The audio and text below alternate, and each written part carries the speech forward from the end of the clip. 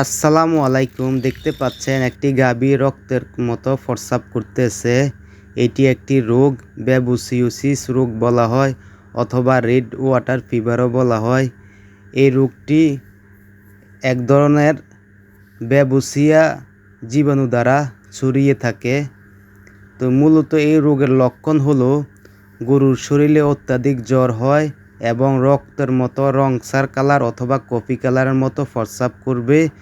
শরীরের যে লোহিত রক্তকণাগুলো আছে এগুলা ভেঙে প্রস্রাবের সাথে বের হয়ে গরুর শরীর নিস্তেজ হয়ে গরু একসময় মারাও যেতে পারে।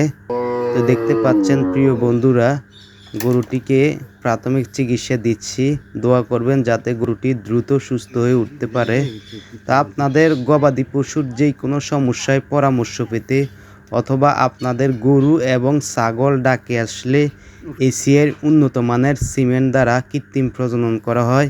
মেহেদি হাসান LA এশিয়ায় 9 নং দক্ষিণ ইউনিয়ন শিলমুড়ি গ্রাম বাসপুর।